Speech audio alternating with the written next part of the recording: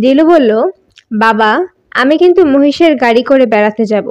ওসমান সাহেব একটু ধমক দিতে গিয়ে নিজেকে সামলে নিয়ে বললেন, তিনি প্রতিজ্ঞা করে বের হয়েছেন ছুটির সময়ে কোনো রাগারাগি করবেন না। কিন্তু মেজাজ ঠিক রাখা যাচ্ছে না। কেউ কেউ নিতে আসছে না, নিতে আসবে না, কেউ কি নিতে আসবে না?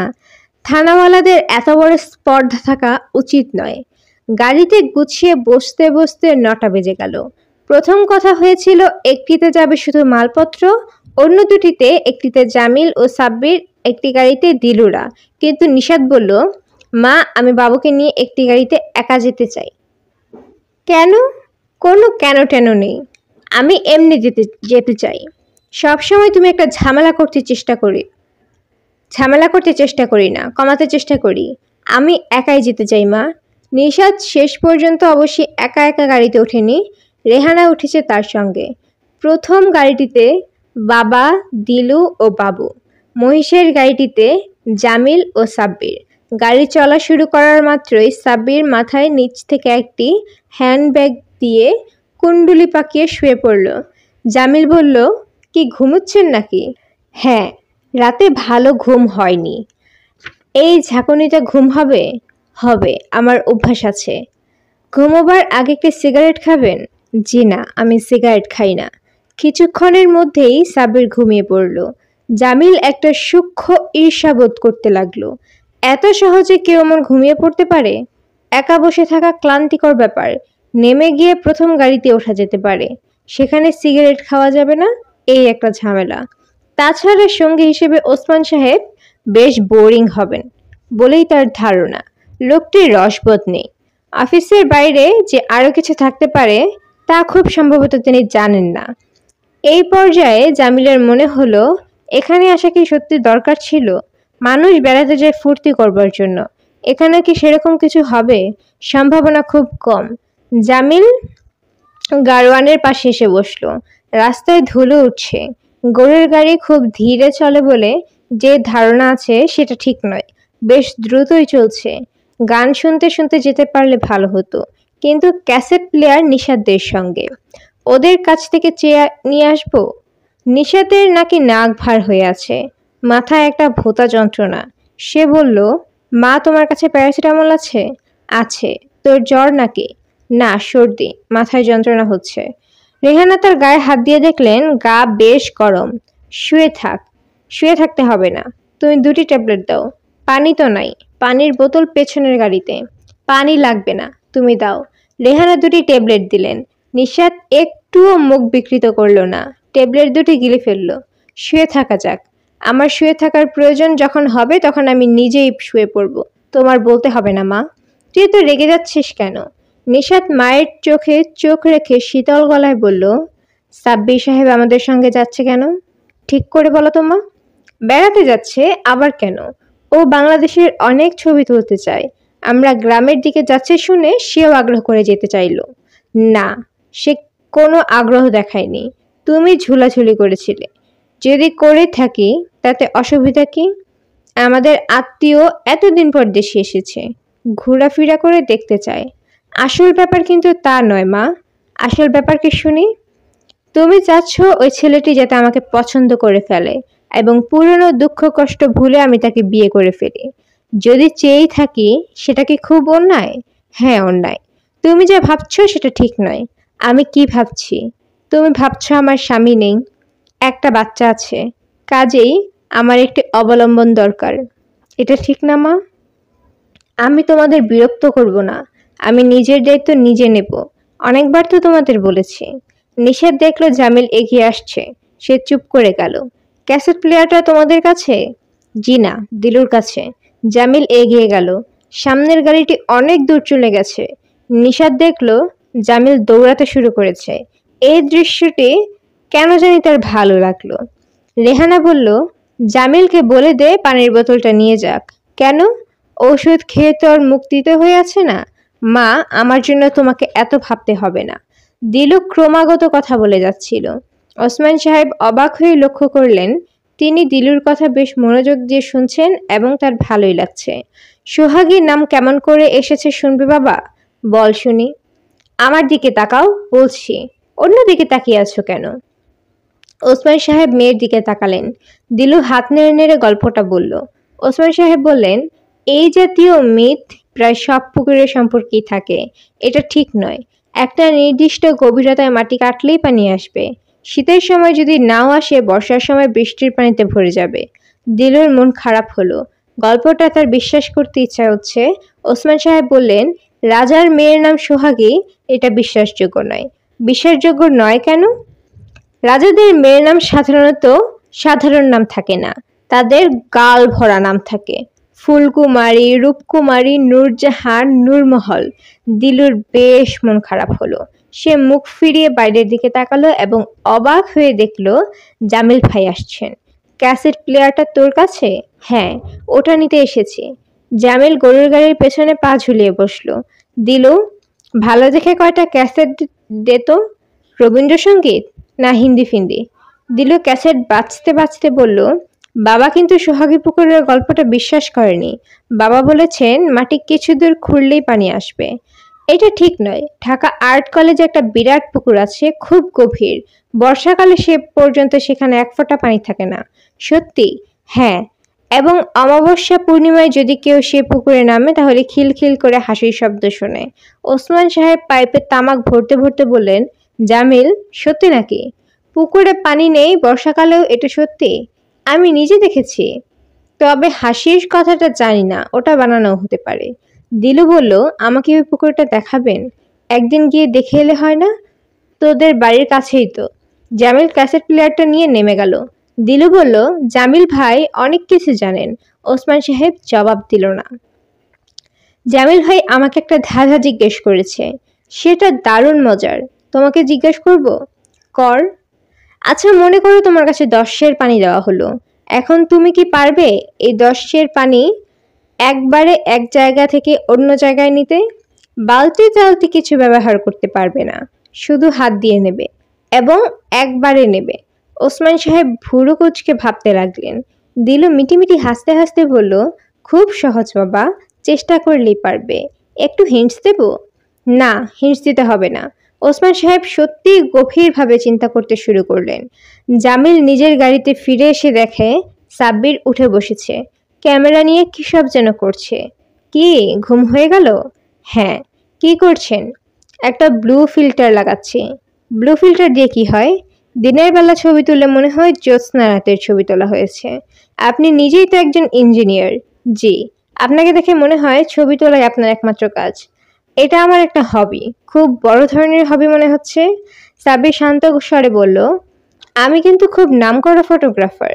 আমার নিজের তোলা ছবি নিয়ে আমেরিকান এক পাবলিশার একটি বই বের করেছেন। নাম হচ্ছে on the top of the world.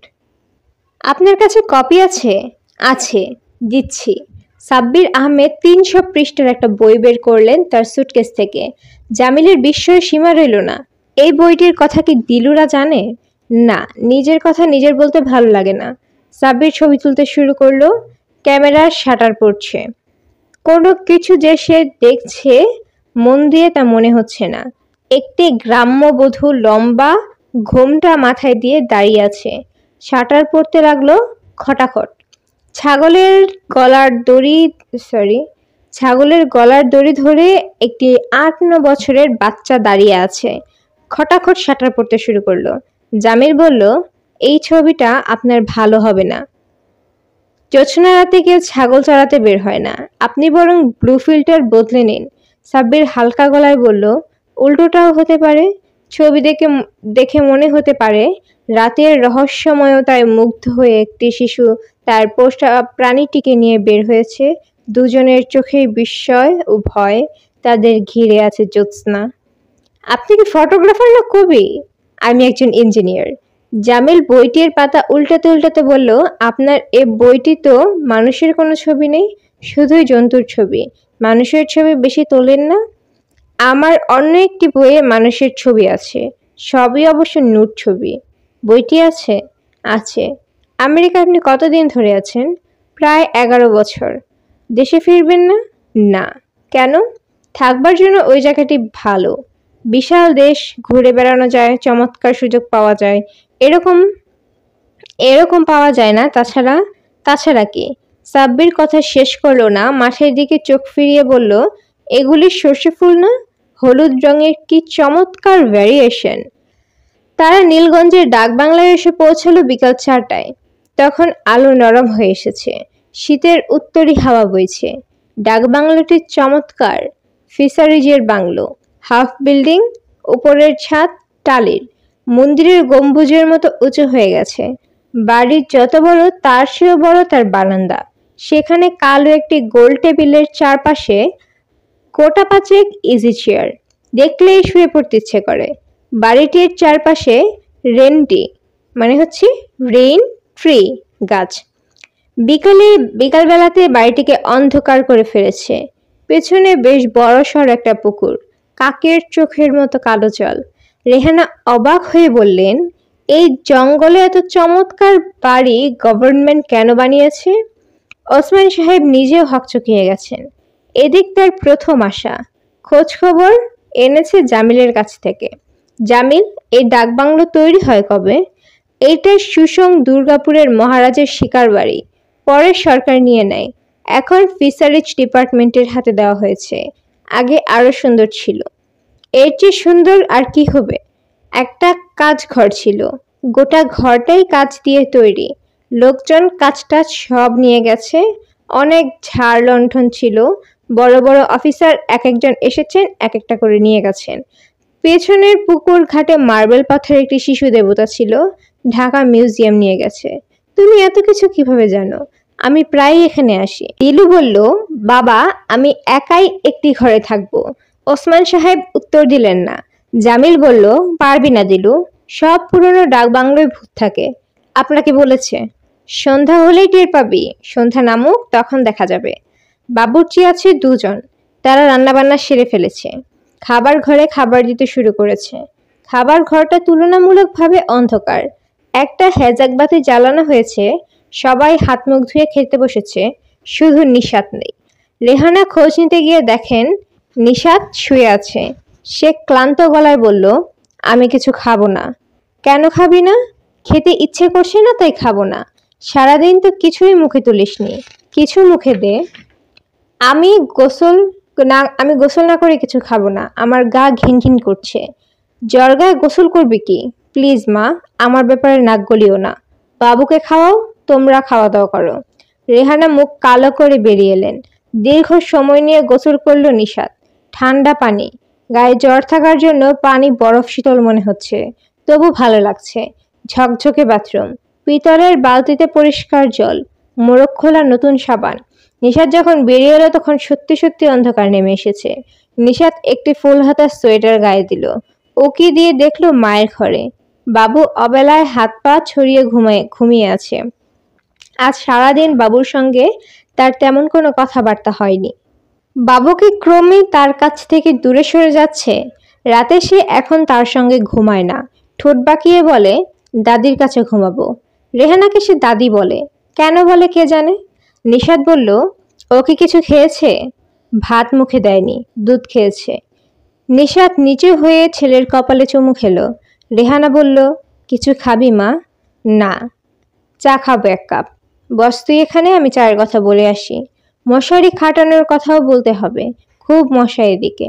দরজায় কার যেন ছায়া পড়েছে। নিশাত মুখ তুলে দেখলো জামিল ভাই। নিশাত, তোমার জ্বর নাকি? ব্যস্ত হওয়ার মতো কিছু না। ব্যস্ত হইনি নিশাত, খোঁজ নিচ্ছি। খোঁজ নেওয়াটা অপরাধ নয় নিশ্চয়ই। আমি ভালো আছি। জামিল ছোট্ট একটা নিঃশ্বাস গোপন করলো, চলে যেতে চাইল। নিশাত বলল, আপনার সঙ্গে আমার কথা আছে জামিল ভাই। বলো। আপনি বারান্দায় বসুন, আমি আসছি। ঝগড়া করবে মনে হচ্ছে। নিশাত জবাব দিল না। বাবুর গালে একটা মশা বসেছিল, হাত দিয়ে সেটিকে উড়িয়ে দিল। ছেলেটিকে বড় রোগা রোগা লাগছে। কদিন ওর দিকে একটুও নজর দেওয়া হয়নি। নিশাতের মনে হলো সে ক্রমেই দূরে সরে যাচ্ছে। বাবু এখন আর মার জন্য খুব ব্যস্ত নয়। শিশুরা অবহেলা খুব সহজেই টের পায়। নিশাত বাবুর চুলে হাত রাখলো। পাতলা লালচে ধরনের চুল, বাবার মতো। কবিরের চুলও এরকম ছিল, তবু বাবুর মতো পাতলা ছিল না। কবিরের চেহারার সঙ্গে বাবুর চেহারার খুব মিল নেই। কবিরের নাক ছিল খাড়া, বাবুর তা নয়। সে হয়েছে মার মতো। নিশাত নিচু হয়ে বাবুর ঠোঁটে চুমু খেলো। কেমন দুগ্ধ দুগ্ধ গন্ধ।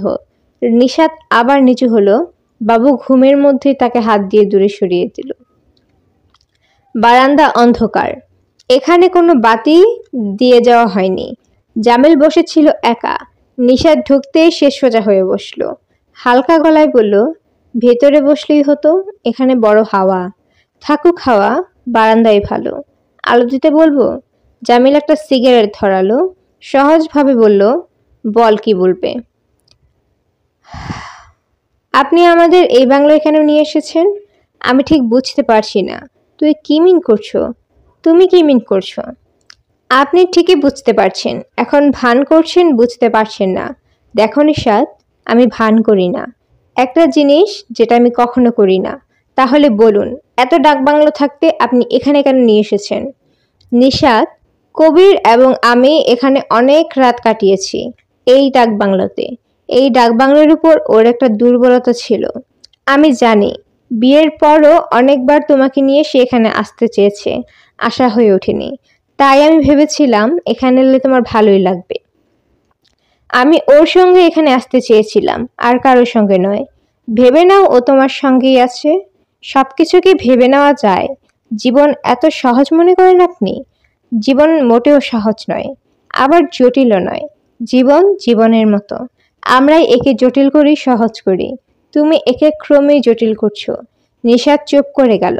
জামিল হালকা সুরে বলল, দুঃখ কি শুধু তোমার একার? আমাদের সবার দুঃখ আছে। আপনার আবার কিসের দুঃখ? দুঃখের আপনি কি জানেন? নিশাত উঠে দাঁড়ালো। বাবু জেগে উঠেছে, কাঁদছে। কে একজন এসে বারান্দায় একটি হারিকেন রেখে দিয়ে গেল। হারিকেনের আলোয় সব কেমন অদ্ভুত লাগছে। জামিল সাহেব, আপনি যেভাবে বসে আছেন এভাবেই বসে থাকুন। একটা ছবি তুলব। নড়বেন না। শাটার স্পিড খুব কম। অনেকখানি সময় নিয়ে সাব্বির ছবি তুলল। পানি এক জায়গায় থেকে অন্য জায়গায় নেওয়ার ধাঁধাটা ওসমান সাহেবের মাথায় ঘুরতে শুরু করেছে দুপুর থেকে। ওসমান সাহেব নিজের উপরই বিরক্ত হচ্ছেন। ধাঁধার মতো একটা সামান্য ব্যাপার নিয়ে তিনি এই বয়সে এমন চিন্তায় পড়ে গেলেন, কিন্তু তিনিই হচ্ছেন। এটা কি বয়সজনিত স্থবিরতা? তিনি কেমন যেন চ্যালেঞ্জ বোধ করছেন। এর মধ্যে চ্যালেঞ্জ বোধ করার কি আছে? ধাঁধার উত্তর জানতেই হবে, বিষয়টা তো এমনও নেই। তিনি পাইপে হাত রেখে বারান্দায় বসলেন। তার গায়ে ভারী একটা ওভারকোট, গলায় মাফলার, তবু তার শীত করতে লাগলো। বয়স বাড়ছে, বয়স। এখন একদিন একটা মাইল্ড স্ট্রোক হবে, তার লক্ষণও টের পাওয়া যাচ্ছে। ব্লাড প্রেশার বেড়েছে, ঘুম কমেছে, খিদে কমেছে, চিন্তাও পরিষ্কার করতে পারছে না। পারলে এই সহজ ধাঁধার জবাব তিনি বের করতে পারতেন, কিংবা কে জানে, এটা হয়তো সহজ নয়, হয়তো বেশ জটিল। বারান্দায় রেহানা বাবুকে কোলে নিয়ে বসেছিলেন। ওসমান সাহেব রেহানার ডান দিকের খালি চেয়ারটাতে বসলেন। রেহানা বললেন, নিশাতের বেশ জ্বর। তাই নাকি? 102টি হবে। থার্মোমিটার দিয়ে দেখেছ? না। তাহলে বুঝলে কি করে 102? অনুমান করে বলেছি। অনুমান করে আমাকে কিছু বলবে না। তুমি এরকম করছো কেন? কিরকম করছি? এত মেজাজ দেখাচ্ছ কেন? মেজাজ কোথায় দেখালাম? থানার ওসি ভদ্রলোকের সঙ্গে এমন খারাপ ব্যবহার করলে কেন? খারাপ ব্যবহার তো করিনি। আমি বিরক্ত হয়েছি। এই বিরক্তির ব্যাপারটি তাকে জানিয়েছি। সে জানে আজ আমি ভোরে আসব, কিন্তু সে রেল স্টেশনে আসেনি। আমি ডাক বাংলায় পৌঁছানোর পর এসেছে। সে কি ভেবেছে? তুমি কোনো সরকারি ট্যুরে আসোনি। তুমি এসেছো ছুটি কাটাতে। সে কেন সে আসবে? সে আসবে। সে তার পুরো দলবল নিয়ে আসবে। কারণ আমি পুলিশের আইজি। রেহানা একবার ভাবলেন বলবেন না, শেষ পর্যন্ত বলেই ফেললেন, এবং বললেন বেশ তীক্ষ্ণ কণ্ঠেই, তুমি এখন আর আইজি নও, রিটায়ারমেন্ট নিয়েছো। রিটায়ারমেন্টের আগের পাওনা ছুটি নিয়ে ঘুরে বেড়াচ্ছ। তুমি পুলিশের আইজি। এটা যত তাড়াতাড়ি ভুলতে পারবে ততই ভালো। ওসমান সাহেবের পাইপ নিভে গিয়েছে। নিভে যাওয়া পাইপ হাতে তিনি মূর্তির মতো দীর্ঘ সময় বসে রইলেন। রেহানা শীতল গলায় বললেন, এখন আর তোমাকে দেখা মাত্র পুলিশ অফিসাররা ছুটোছুটি করবে না। এটা মানসিকভাবে অ্যাকসেপ্ট করার চেষ্টা করো। তোমার জন্যও ভালো, আমাদের সবার জন্য ভালো। ওসমান সাহেব জবাব দিলেন না। দূরের রেন্টি গাছের দিকে তাকিয়ে রইলেন। রেহানার মনে হলো এই কথাগুলি হয়তো না বললেও চলতো। তিনি গলার স্বর স্বাভাবিক করতে চাইলেন এবং করে বললেন, চা খাবে? না, শীতের মধ্যে ভালো লাগবে।